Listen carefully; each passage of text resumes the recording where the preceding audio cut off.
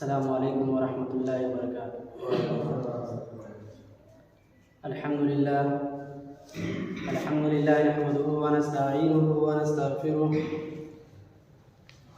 व नऊज़ु बिल्लाहि मिन शुरूरि अनफुसिना व मिन सय्यिआति अमालिना। मन यहदिहिल्लाहु फला मुदिल्ल लहु व मन युद्लिल्हु फला हादिय लहु व अशहदु अल्ला इलाहा इल्लल्लाह वहदहु ला शरीक लहु व अशहदु अन्न मुहम्मदन अब्दुहु व रसूलुहु। अम्मा बाद फ़इन्न खैरल हदीथि किताबुल्लाह व खैरल हदी हदी मुहम्मदिन सल्लल्लाहु अलैहि वसल्लम व शर्रल उमूरि मुहदसातुहा व कुल्लु मुहदसतिन बिदअह व कुल्लु बिदअतिन दलालह व कुल्लु दलालतिन फिन्नार। अऊज़ु बिल्लाहि मिनश शैतानिर रजीम। बिस्मिल्लाहिर रहमानिर रहीम। लक़द जाअकुम रसूलुम मिन अनफुसिकुम अज़ीज़ुन अलैहि मा अनित्तुम हरीसुन अलैकुम बिल मुमिनीना रऊफ़ुर रहीम। रब्बि इश्रह ली सदरी व यस्सिर ली अमरी वहलुल उक़दतम मिन लिसानी यफ़क़हू क़ौली। रब्बि ज़िदनी इल्मा अल्लाहुम्मा रब्बि ज़िदनी इल्मा। आमीन। हाज़रीन मजलिस, हर किस्म की हम्द व सना की विदाई बुजुर्गी उस अल्लाह रब्बुल आलमीन के लिए जो हमारा खालिक व मालिक है, जो अहकमुल हाकिमीन है, जो रब्बुल आलमीन है, जिसने हम सब को इस कायनात के अंदर पैदा किया। और दुरूद व सलाम हो तमाम नबियों पर, तमाम रसूलों पर, बिलखुसूस आखिरी नबी जनाब मोहम्मद रसूलुल्लाह सल्लल्लाहु अलैहि वसल्लम पर। अल्लाहुम्मा सल्लि व सल्लिम व बारिक अलैहि।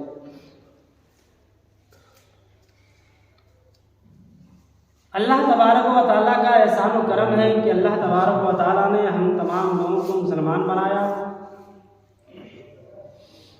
और साथ ही साथ हमें उस नबी का उम्मती बनाया जो नबी हर वक्त अपनी उम्मत की खैर व भलाई के बारे में सोचा करते थे, फिक्रमंद रहा करते थे कि मेरी उम्मत के लिए जितना हो सके मुझसे आसानियां पैदा हो। उसी नबी के बारे में अल्लाह तबारक व तआला ने कुरान मजीद के अंदर इरशाद फरमाया कि हमने मोहम्मद रसूलुल्लाह सल्लल्लाहु अलैहि वसल्लम को पूरी कायनात वालों के लिए रहमत बनाकर भेजा। वमा अरसलनाका इल्ला रहमतल लिल आलमीन, कि हमने दुनिया वालों के लिए, तमाम आलम के लिए हमने रहमतुल लिल आलमीन बनाकर भेजा। दुनिया के अंदर जितनी भी चीजें हैं, जितनी भी मखलूकात दुनिया के अंदर पाई जा रही हैं, अल्लाह तबारक व तआला ने मोहम्मद रसूलुल्लाह सल्लल्लाहु अलैहि वसल्लम को पूरी कायनात के लिए रहमतुल लिल आलमीन बनाकर मबूस किया। आप इस तरीके से समझिए कि अल्लाह तबारक व तआला ने कुरान मजीद के अंदर अपने बारे में एक लफ्ज़ इस्तेमाल किया, अल्हम्दुलिल्लाहि रब्बिल आलमीन। तमाम तारीफें उस अल्लाह रब्बुल आलमीन के लिए जो रब्बुल आलमीन है, जो पूरी कायनात का रब है, तो अपने बारे में भी अल्लाह तबारक व तआला ने आलमीन का लफ्ज़ इस्तेमाल किया और इसी तरीके से अपने नबी के बारे में भी कहा वमा अरसलनाका इल्ला रहमतल लिल आलमीन कि ऐ नबी सल्लल्लाहु अलैहि वसल्लम हमने आपको भी पूरी कायनात वालों के लिए रहमतुल लिल आलमीन बनाया। उस नबी की रहमत देखिए, उस नबी की रहमत और शफ़क़त देखिए कि अपनी उम्मत वालों के लिए और मोमिनों के लिए कितनी खास है। अल्लाह तबारक व तआला ने मोहम्मद रसूलुल्लाह सल्लल्लाहु अलैहि वसल्लम के औसाफ़ हमीदा को बयान करते हुए कुरान मजीद के अंदर अल्लाह तबारक व तआला ने इरशाद फरमाया लक़द जाअकुम रसूलुम मिन अनफुसिकुम अज़ीज़ुन अलैहि मा अनित्तुम हरीसुन अलैकुम बिल मुमिनीना रऊफ़ुर रहीम। अल्लाह तबारक व तआला ने इस आयत करीमा के अंदर मोहम्मद रसूलुल्लाह सल्लल्लाहु अलैहि वसल्लम के औसाफ बतलाए कि तुम्हारे दरमियान एक ऐसे रसूल आए हैं, तुम्हारे दरमियान एक ऐसे पैगंबर आए हैं, एक ऐसे रसूल आए हैं। लक़द जाअकुम रसूलुम मिन अनफुसिकुम, और तुम में से ही है, वो कोई और मखलूक नहीं है, किसी दूसरी मखलूक में से नहीं है, बल्कि तुम्हारे पास जो रसूल आए, जो पैगंबर आए, मिन अनफुसिकुम, तुम्हारी में से। ये लफ्ज़ उन लोगों के अकीदे को भी रद्द करता है जो ये कहते हैं कि रसूल इंसान नहीं थे, इंसान नहीं थे बल्कि नूर थे। अल्लाह तबारक व तआला ने कहा कि लक़द जाअकुम रसूलुम मिन अनफुसिकुम, कि हमने तुम्हारे दरमियान एक रसूल भेजा जो तुम्हारी में से, यानी जिस तरीके से तुम इंसान हो वो भी इंसान है, जिस तरीके से तुम्हारे पास दो हाथ इसी तरीके से उनके पास दो हाथ है, जिस तरीके से तुम्हारे पास दो पैर इसी तरीके से उनके पास भी दो पैर है, जिस तरीके से तुम्हारे पास दो आंखें हैं इसी तरीके से उनके पास भी दो आंखें हैं, यानी हर मामलात में वो तुम्हारी तरह से है, यानी वो इंसान है। फिर अल्लाह तबारक व तआला आगे इरशाद फरमाता है लक़द जाअकुम रसूलुम मिन अनफुसिकुम अज़ीज़ुन अलैहि मा अनित्तुम, तुम्हें कोई तकलीफ पहुंचती है तो उसका दर्द जनाब मोहम्मद रसूलुल्लाह सल्लल्लाहु अलैहि वसल्लम को पहुंचता है, उसका दर्द जनाब मोहम्मद रसूलुल्लाह सल्लल्लाहु अलैहि वसल्लम महसूस करते हैं। हरीसुन अलैकुम बिल मुमिनीना रऊफ़ुर रहीम, अल्लाह कहता है कि वो तुम्हारे लिए तुम्हारे फायदे के मुतमन्नी है, हरीस है, तुम्हें किन चीज़ों में फ़ायदा है वो तुम्हारे उन फ़ायदों के ख्वाहिशमंद हैं, वो मुतमन्नी रहते हैं कि तुम्हारे लिए क्या फ़ायदेमंद है चीज़ है। बिल मुमिनीना रऊफ़ुर रहीम, और मोमिनों के ऊपर, मोमिनों के लिए रहम करम का उनका एक खास मामला है। गौर कीजिए, अल्लाह तबारक व तआला ने इस आयत के अंदर नबी अकरम सल्लल्लाहु अलैहि वसल्लम के औसाफ बतलाए कि नबी सल्लल्लाहु अलैहि वसल्लम, और इससे शान रहमत भी पता चलती है कि अल्लाह के नबी सल्लल्लाहु अलैहि वसल्लम की शान रहमत का हाल ये कि अगर आपकी उम्मतियों को कोई तकलीफ पहुंचती है तो उसका दर्द जनाब मोहम्मद रसूलुल्लाह सल्लल्लाहु अलैहि वसल्लम अपने दिल के अंदर महसूस करते हैं। और आप अपनी उम्मत वालों के लिए इतने मेहरबान कि आप बुखारी की उस हदीस को उठाइए कि अल्लाह के नबी सल्लल्लाहु अलैहि वसल्लम ने इरशाद फरमाया लौला अन अशुक्का अला उम्मती लअमरतुहुम बिस्सिवाक, कि अगर मेरी उम्मत के ऊपर मिसवाक करना मुश्किल ना होता, दुश्वार ना होता, लअमरतुहुम, तो मैं हुक्म दे देता। किसी हदीस के अंदर कहा मा कुल्ल वज़ुइन, हर वज़ू के साथ उन्हें हुक्म दे देता कि जब नमाज के लिए वज़ू करें तो मिसवाक करें। अगर आप हुक्म दे देते तो हुक्म आपका फर्ज हो जाता, लेकिन आपकी रहमत को गवारा नहीं था कि गांव देहात के लोग आसानी के साथ मिसवाक कर सकते हैं, लेकिन जो लोग ऐसे जगहों पर रहते हैं जहां दूर दूर तक पेड़ पौधे नजर नहीं आते, उनके लिए मिसवाक करना मुश्किल होता, उनके लिए मिसवाक पाना उनके लिए दुश्वार है। इसलिए आपकी रहमत को ये गवारा नहीं कि मेरी उम्मत परेशानी में मुब्तला हो जाए, मेरी उम्मत को परेशानी हो सके मिसवाक करने में, इसलिए आपने हुक्म नहीं दिया। लेकिन हाँ, मिसवाक करना ये नबी की सुन्नत है। आप सल्लल्लाहु अलैहि वसल्लम ने मिसवाक आखिरी वक्त तक किया है। अल्लाह के नबी सल्लल्लाहु अलैहि वसल्लम मर्जुल मौत के अंदर मुब्तला है, आपका आखिरी वक्त है, आप लेटे हुए हैं अपने बिस्तर पर और आप बार बार पानी का प्याला जो है उसके अंदर आप अपने हाथ को डालते जा रहे हैं और अपना हाथ भिगाकर अपने जिस्मों के ऊपर मलते जा रहे हैं। हजरत आयशा रज़ी अल्लाह तआला अन्हा बैठी हैं, देख रही हैं। इतने में हजरत आयशा के भाई अब्दुल्ला आते हैं, उनके हाथ में मिसवाक थी। अल्लाह के नबी सल्लल्लाहु अलैहि वसल्लम ने देखा मिसवाक को, तो आपने मिसवाक करने की ख्वाहिश जाहिर की, इशारा किया। तो हजरत आयशा समझ गई कि आप मिसवाक करना चाहते हैं। आपने अपने भाई से मिसवाक मांगी और अल्लाह के नबी सल्लल्लाहु अलैहि वसल्लम को दे दी। अल्लाह के नबी सल्लल्लाहु अलैहि वसल्लम ने जब मुंह के अंदर मिसवाक को रखा तो आपको कड़ी महसूस हुई, सख्त लगी, तो आपने इशारा किया ऐसा को इसको नरम करो। हजरत आयशा रज़ी अल्लाह तआला अन्हा ने अपने मुंह से उसको चबाया, दांतों से चबाया और उसको नर्म किया और नर्म करने के बाद फिर अल्लाह के नबी सल्लल्लाहु अलैहि वसल्लम को दे दी। आप सल्लल्लाहु अलैहि वसल्लम ने मिसवाक की तो पता ही चला कि अल्लाह के नबी सल्लल्लाहु अलैहि वसल्लम को मिसवाक बहुत पसंद थी। आप सल्लल्लाहु अलैहि वसल्लम मिसवाक हमेशा किया करते थे, यह आपकी सुन्नत है। लेकिन अल्लाह के नबी सल्लल्लाहु अलैहि वसल्लम ने सिर्फ अपनी उम्मत को परेशानी में मुब्तला न करने के लिए कि मेरी उम्मत परेशानी में मुब्तला न हो जाए, इसलिए आपने हुक्म नहीं दिया। आपने हुक्म नहीं दिया, आपने कहा लौला अन अशुक्का अला उम्मती लअमरतुहुम बिस्सवाक, कि मुश्किल ना होता तो मैं हुक्म दे देता कि हर नमाज से पहले मिसवाक।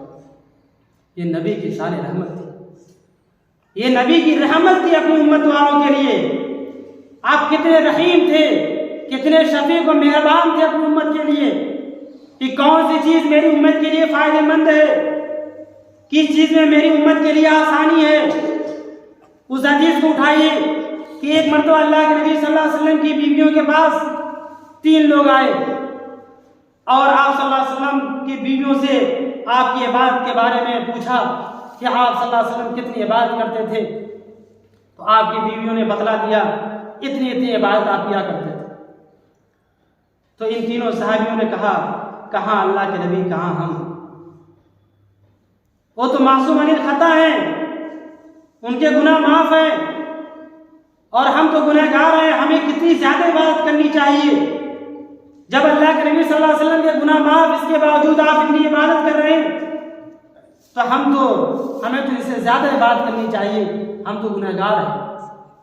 तो उनमें से एक आदमी ने कहा, एक शख्स ने कहा कि मैं रोजाना रोजा रखूंगा, मैं हमेशा रोजा रखूंगा, कभी रोजा छोड़ूंगा ही नहीं। दूसरे ने कहा मैं रात भर इबादत करता रहूंगा, मैं रात भर अल्लाह रब्बुल आलमीन की इबादत करता रहूंगा। अब तीसरा बचा, उसने कहा कि तुम दिन भर रोजा रखोगे, दिन में रोजा रखोगे और ये रात भर इबादत करेगा। तो उसने कहा कि मैं दिन को रोजा रखूंगा, रात को नमाजें पढ़ूंगा, इबादत करूंगा और मैं शादी ब्याह से दूर रहूंगा, शादी नहीं करूंगा, न शादी होगी न बीवी बच्चे के झमेलों में पढ़ूंगा, मैं हमेशा अल्लाह की इबादत करता रहूंगा। जब अल्लाह के नबी सल्लल्लाहु अलैहि वसल्लम की खबर मिली, आपको मालूम चला, तो आपने उन तीनों को बुलाया और कहा अंतुमुल लज़ी, इत्या तुम ही वो लोग हो जिन्होंने ऐसा और ऐसा कहा। तो लोगों ने कहा हाँ अल्लाह के नबी। कितने सच्चे लोग थे। अल्लाह के नबी ने उनसे सवाल किया, क्या तुम ही वो लोग हो जिन्होंने ऐसा ऐसा कहा है? उन लोगों ने कहा अल्लाह के नबी सल्लल्लाहु अलैहि वसल्लम, हम ही वो लोग हैं जिन्होंने ऐसा ऐसा कहा है। तो अल्लाह के नबी सल्लल्लाहु अलैहि वसल्लम ने कहा, क्या मेरे साहबियों जरा ये बताओ, क्या मैं तुमसे ज्यादा अल्लाह से डरने वाला नहीं हूं? तुम लोगों में सबसे ज्यादा अल्लाह से डरने वाला मैं हूं, सबसे ज्यादा अल्लाह का खौफ खाने वाला मैं हूं और मैं कभी रोजे भी रखता हूं, कभी छोड़ता भी हूं, मैं रातों को सोता भी हूं और फिर रातों में उठ करके अल्लाह की इबादत भी करता हूं और मैंने शादियां भी की हैं, मेरे बीवी हैं, मेरे पास बीवियां भी हैं और बच्चे भी हैं और यही मेरा तरीका है। उसके बाद आपने कहा फमन रग़िब अन सुन्नती फलैसा मिन्नी, यही मेरी सुन्नत है और जिसने इस सुन्नत से इराज किया वो मुझ में से नहीं। आप गौर कीजिए कि जिसने ये कहा कि मैं हमेशा रोजा रखूंगा, क्या उसने गलत कहा? अल्लाह की इबादत के लिए, लेकिन नबी ने मना कर दिया। एक ने कहा मैं रात भर नमाजें पढ़ता रहूंगा, आपने उसको भी मना कर दिया। एक ने कहा कि मैं दिन में रोजा भी रखूंगा, रात में नमाजें भी पढ़ूंगा और मैं शादी नहीं करूंगा, लेकिन आप सल्लल्लाहु अलैहि वसल्लम ने उसको भी मना कर दिया। कहा देखो मैंने शादियाँ भी की है, मैं रोज़ा भी रखता हूँ, छोड़ता हूँ, मैं रातों में उठ करके नमाज भी पढ़ता हूँ, सोता भी हूँ, और यही मेरा तरीका है। तो आप सल्लल्लाहु अलैहि वसल्लम ने अपनी उम्मत को इस चीज़ में नहीं डाला कि नहीं तुम रातों रात नमाजें पढ़ते रहो और पूरे के पूरे दिन साल के 12 महीने रोज़ा रखते रहो, नहीं, बल्कि तुम्हारे ऊपर सबका हक है, घर वालों का भी तुम्हारे ऊपर हक है, तुम्हारे ऊपर तुम्हारे जिस्म का भी हक है, तुम्हारे ऊपर तुम्हारी आंख का भी हक है। बल्कि एक सहाबी रसूल हज़रत अब्दुल्लाह इब्न अम्र बिन आस रज़ी अल्लाह ताला अन्हु, उन्होंने अपने बेटे की शादी कर दी। सुनिए बड़ा दिलचस्प वाक़ा। उन्होंने अपने बेटे अब्दुल्ला की शादी की और शादी के 4-5 महीने गुजर गए तो हज़रत अम्र बिन आस रज़ी अल्लाह ताला अन्हु ने अपनी बहू से कहा, अपनी बहू से सवाल किया, पूछा कि ऐ मेरी बहू, तुमने अपने शौहर को कैसा पाया? 4-5 महीने 6 महीने हो गए, तुमने अपने शौहर को कैसा पाया?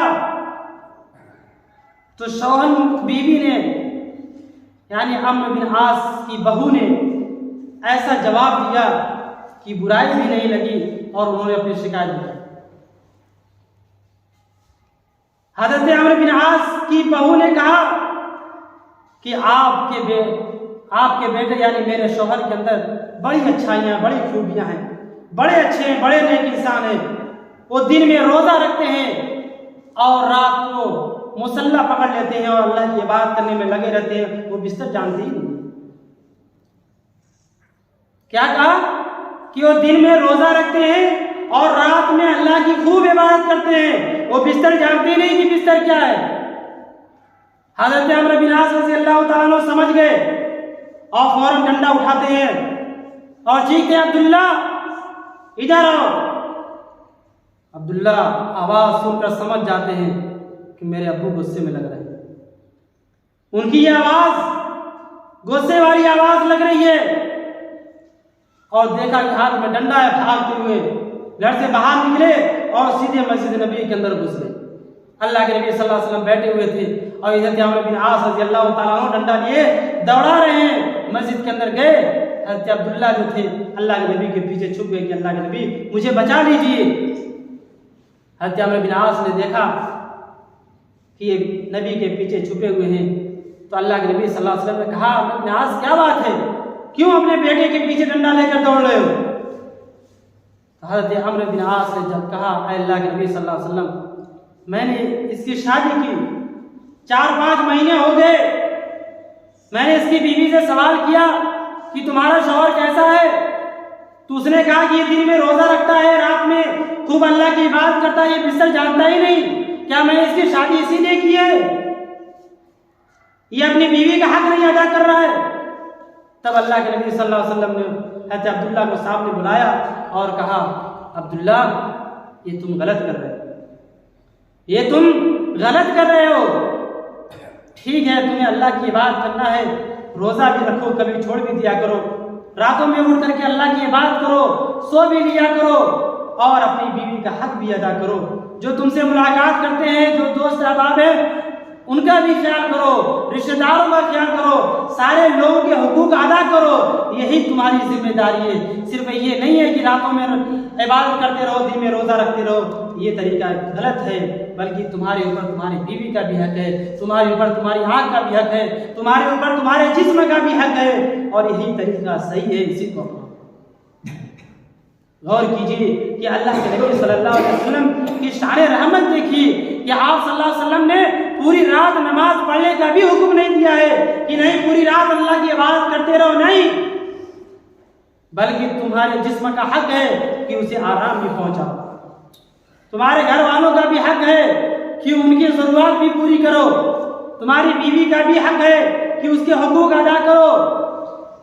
ये सारे हुकूक अदा करना ही इस्लाम सिखलाता है।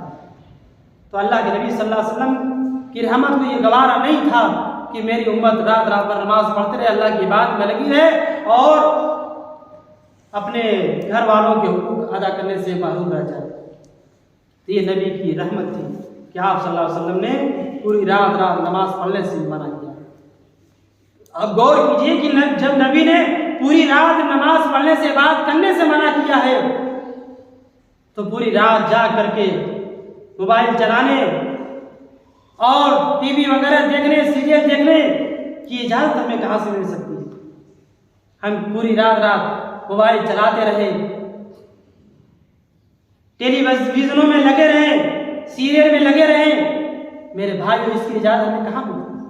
जब पूरी रात इबादत करने की अल्लाह के नबी सल्लल्लाहु अलैहि वसल्लम ने हमें इजाजत नहीं दी, तो लहो लैल में हमें पूरी रात गुजारने की इजाजत कहाँ से?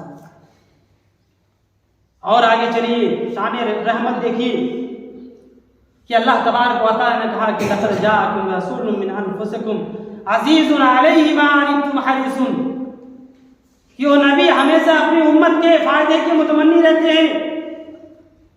इतना फायदा कि जब अल्लाह के नबी सल्लल्लाहु अलैहि वसल्लम को मेराज हुई और मेराज में आपको नमाज का तोहफा दिया गया और 50 वक्त की नमाज आपके ऊपर फर्ज की गई और अल्लाह के नबी सल्लल्लाहु अलैहि वसल्लम 50 वक्त की नमाज लेकर वापस भी आ रहे हैं, लेकिन जैसे छठे तरफ आसमान पर पहुंचते हैं, दरवाजे में पहुंचते हैं, हजरत मूसा अलैहिस्सलाम से मुलाकात हो जाती है। हजरत मूसा अलैहिस्सलाम कहते हैं कि ऐ मोहम्मद सल्लल्लाहु अलैहि वसल्लम, आपको अल्लाह ने क्या तोहफा दिया?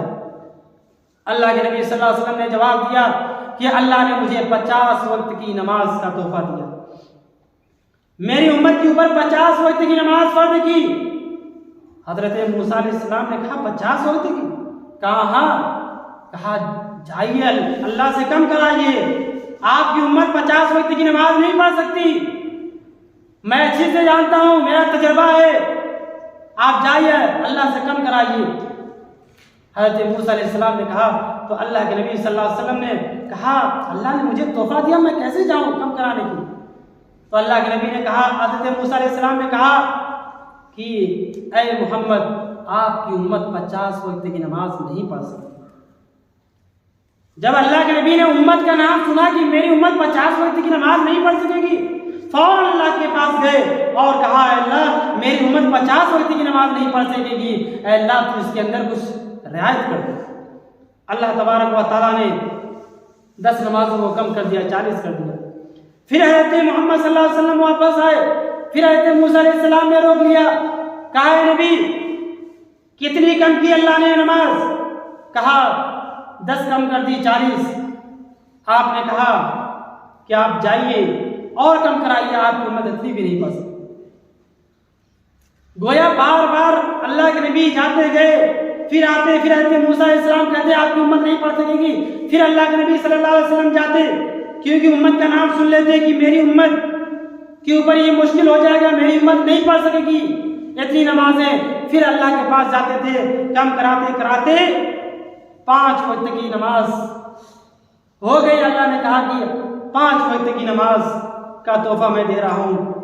फिर जब आए तो हज़रत मूसा अलैहिस्सलाम ने फिर कहा कि अल्लाह के नबी जाइए कम कराइए, मेरी उम्मत 2 वक्त की नमाज नहीं पढ़ सकी, आपकी उम्मत 5 वक्त की नमाज कैसे पढ़ सकेगी? नहीं पढ़ पाएगी, जाइए कम कराइए। तब अल्लाह के नबी सल्लल्लाहु अलैहि वसल्लम ने कहा कि अब मुझे अपने रब के पास बार बार जाते हुए शर्म आती है, अब मैं अपने रब के पास नहीं जाऊंगा। जब नबी ने कहा तो अल्लाह तबारक व तआला ने आवाज दी कि ऐ मोहम्मद, तुम दोबारा फिर आने से मेरे पास शर्मा गए, अगर एक मर्तबा और मेरे पास आ जाते तो मैं उसमें और कमी कर देता, मैं और नमाज कम कर देता, लेकिन अब तुम शर्मा गए, लिहाजा मैं 5 वक्त की नमाज तुम्हारे ऊपर फर्ज करता हूँ। और हदीसों के अंदर ये भी आता है कि आपकी उम्मत 5 वक्त की नमाज पढ़ेगी, मैं उसको 50 वक्त की नमाज पढ़ने के बराबर सवाब। गौर कीजिए, अब जो पढ़ने वाले नहीं है सोचने में काश अल्लाह के नबी एक मरतबा और चले जाते, शायद 3 वक्त की नमाज और कम हो जाती। लेकिन याद रखिए कि जो नहीं पढ़ने वाले हैं वो 2 वक्त की नमाज भी हो जाती तब भी वो नहीं पढ़ते, और जो पढ़ने वाले हैं वो 5 वक्त की नमाज भी पढ़ते हैं, तहज्जुद की नमाज भी पढ़ते हैं, नफली नमाजें भी पढ़ते हैं। और जो नहीं पढ़ने वाले हैं जुमे तक की भी नमाज नहीं पढ़ते, ईद और बकरीद की भी नमाज नहीं पढ़ते हैं। और जो पढ़ने वाले हैं साथ ही साथ सारी नमाजें पढ़ते हैं, फर्ज हो, सुन्नत हो, नफली हो, सारी नमाजें पढ़ते हैं जो पढ़ने वाले। तो मेरे भाइयों, ये नबी की रहमत थी अपनी उम्मतियों पर। अल्लाह ने कहा हरीसुन अलैकुम बिल मुमिनीना रऊफुर रहीम, कि आप मोमिनों के लिए हरीस हैं, उनके फायदे के मुतमन्नी हैं, आप मुतलाशी हैं कि मेरी उम्मत के लिए क्या फायदा है, किन चीज़ों में फायदा है। वो हमेशा अपने उम्मतियों के बारे में सोच रहे हैं। यही नहीं कि बल्कि हदीसों के अंदर आता है कि अल्लाह के नबी सल्लल्लाहु अलैहि वसल्लम ने फरमाया कि अल्लाह तबारक व तआला ने दुनिया के अंदर जितने भी पैगंबरों को मबूस किया, जितने भी नबियों को अल्लाह तबारक व तआला ने दुनिया के अंदर भेजा, हज़रत आदम अलैहिस्सलाम को, हज़रत मूसा अलैहिस्सलाम को, हज़रत नूह अलैहिस्सलाम को, हज़रत यूनुस अलैहिस्सलाम को, हज़रत इब्राहीम अलैहिस्सलाम को, जितने भी पैगंबरों को अल्लाह ने दुनिया के अंदर भेजा, सबको अल्लाह ने एक दुआ दी, सबको अल्लाह रब्बुल आलमीन ने एक एक दुआ दी और एक ये इख्तियार दिया कि आप जो मांगेंगे आपको दिया जाए। आपको एक दुआ का इख्तियार दिया जा रहा है, आप जो मांगेंगे आपको, आपकी उस दुआ को कबूल किया जाएगा और वो चीज़ पूरी की जाएगी। अल्लाह के नबी सल्लल्लाहु अलैहि वसल्लम फरमाते हैं कि हर नबी ने उस दुआ को मांग लिया, हर नबी ने, अल्लाह ने जो इख्तियार दिया था दुआ मांगने का, हर नबी ने उस दुआ को मांग लिया। हज़रत आयशा ने कहा अल्लाह के नबी सल्लल्लाहु अलैहि वसल्लम आपको भी इख्तियार मिला? तो आपने कहा मुझे भी इख्तियार मिला, मुझे भी अल्लाह ने एक दुआ का इख्तियार दिया है। तो हज़रत आयशा ने कहा कि अल्लाह के नबी सल्लल्लाहु अलैहि वसल्लम तो आप भी अल्लाह से दुआ कर लीजिए। आप देखते हैं हमारे घर के हालात कैसे हैं, कई कई दिन हो जाते हैं, चूल्हे नहीं जलते हैं, भूखे प्यासे रहते हैं, घर के अंदर गल्ला नहीं, अनाज नहीं, कई कई रोज हो जाता है, पानी पे गुजारा होता है। आप अल्लाह से दुआ कीजिए कि अल्लाह तबारक व तआला हमें इससे निजात दे दे, हमें अल्लाह तबारक व तआला मालो दौलत से नवाज दे। जब हज़रत आयशा ने ये कहा तो अल्लाह के नबी सल्लल्लाहु अलैहि वसल्लम ने उनकी बात को रिजेक्ट कर दिया, बल्कि ये दुआ की कि अल्लाह जब तक मुझे जिंदा रखना, मुफलिस बना करके रखना, मोहताज बना करके रखना, गरीब बना करके रखना, मिस्कीन बना करके रखना, और जब मेरा हश्र करना तो यतीमों के साथ, मिस्कीनों के साथ मेरा हश्र करना। और उसके बाद अल्लाह के नबी सल्लल्लाहु अलैहि वसल्लम ने उनको नहीं बतलाई कि मैं क्या दुआ मांगूंगा अल्लाह से। कुछ दिनों के बाद फिर हज़रत आयशा रज़ियल्लाहु ताला अन्हा ने पूछा कि अल्लाह के नबी सल्लल्लाहु अलैहि वसल्लम, अल्लाह ने आपको एक दुआ का इख्तियार दिया, आपने मांगा या नहीं मांगा? आपने कहा नहीं, मैंने उस दुआ को छुपा दिया है। तो हज़रत आयशा ने कहा अल्लाह के नबी क्यों छुपाया है, कब मांगेंगे? तो आपने कहा मैं क़यामत के दिन मांगूंगा, शिफ़ाअतन लिउम्मती, मैंने उस दुआ को क़यामत के लिए हमने मुअख्खर रख दिया है, क़यामत के दिन के लिए हमने उसको छुपा दिया है। क़यामत के दिन मैदान महशर में जब नफ्सी नफ्सी का आलम होगा और मेरी उम्मत भी होगी, उस मौके पर मैं उस दुआ को अल्लाह से मांगूंगा, यानी अपनी उम्मतियों के लिए, जो मेरे उम्मती गुनहगार होंगे, परेशान होंगे, मैं अपनी उम्मतियों के लिए मैंने उस दुआ को छुपा रखा है। क़यामत के दिन मैं अल्लाह से उस दुआ को मांगूंगा, यानी जब मैदान महशर लगी होगी, नफ्सी नफ्सी का आलम होगा, तो मैं उस मौके पर अल्लाह के सामने हाजिर होऊंगा और लोग हज़रत आदम के पास जाएंगे, मूसा इस्लाम के पास जाएंगे, नूह इस्लाम के पास जाएंगे कि आप चलिए अल्लाह से हमारी शिफायत कर दीजिए। सारे पैगंबर वापस कर देंगे कि नहीं नहीं तुम चले जाओ। आखिर में लोग मेरे पास आएंगे और मुझसे कहेंगे कि आप अल्लाह के आखिरी नबी हैं, आप हमारे लिए शिफायत कर दीजिए अल्लाह से। उस मौके पर मैं अल्लाह के सामने अपने माथे को सजदे में रख दूंगा, सर को झुका लूंगा, और फिर अल्लाह तबारक व तआला कहेगा इरफा रासक या मोहम्मद सल्तोता, ऐ मोहम्मद सल्लल्लाहु अलैहि वसल्लम अपने सर को उठाइए और मांगिए मुझसे, आप जो मांगना चाहते हैं आप मांगिए, सल्तोता दिया जाएगा, आप जो भी हमसे मांगिए आपको दिया जाएगा। उस मौके पर मैं अल्लाह तबारक व तआला से अपनी उम्मतियों के लिए दुआ करूँ।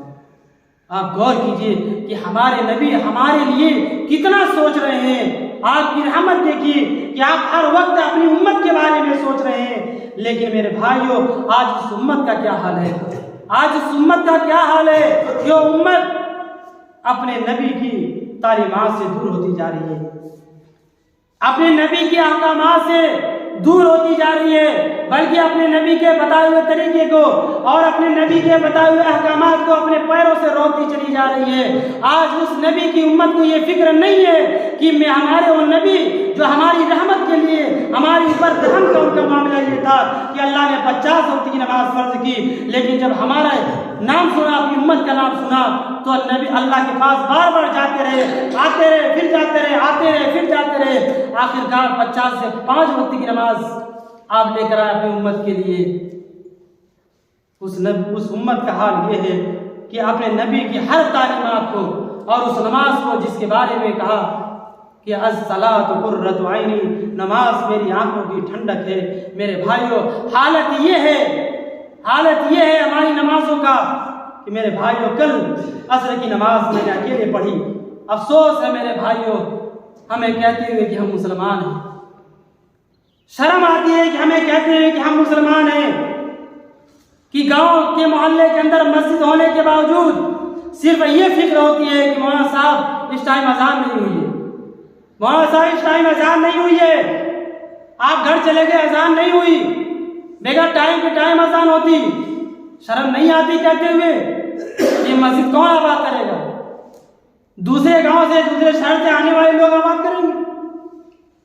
मेरे भाई अफसोस है ऐसी जिंदगी पर कि हम ये कहें कि हम उस नबी की उम्मत हैं जिस नबी ने हमेशा अपनी उम्मत का भला सोचा है, हमेशा अपनी उम्मत के बारे में अच्छा सोचा है, हमेशा अपनी उम्मतियों के बारे में फिक्रमंद रहा करते थे कि कौन सी चीज़ मेरी उम्मत के लिए आसानी होगी, किस चीज़ में आसानी है वो चीज़ मैं करूँ, उस चीज़ का मैं हुक्म दूँ, हमेशा ये कोशिश रहा करती थी। और उस नबी की शान रहमत देखिए, आखिरी चीज़ कि अल्लाह के नबी सल्लल्लाहु अलैहि वसल्लम की शान रहमत देखिए, आप कितने रहीम थे, कितने शफीक थे कि अल्लाह के नबी सल्लल्लाहु अलैहि वसल्लम फरमाते हैं कि कभी कभी मैं नमाज पढ़ाता और ये सोचता कि आज मैं सूरह बकरा की तिलावत करूंगा, लंबी नमाज पढ़ूंगा, लेकिन पीछे से बच्चों के रोने की आवाज़ आप सुनते। उस जमाने में भी नबी के पीछे औरतें भी नमाज पढ़ा करती थी, सफ़े लगती थी, मर्दों की सफ़े लगती थी, उनके पीछे बच्चों की सफ़े लगती थी, उनके पीछे औरतों की सफ़े लगती थी।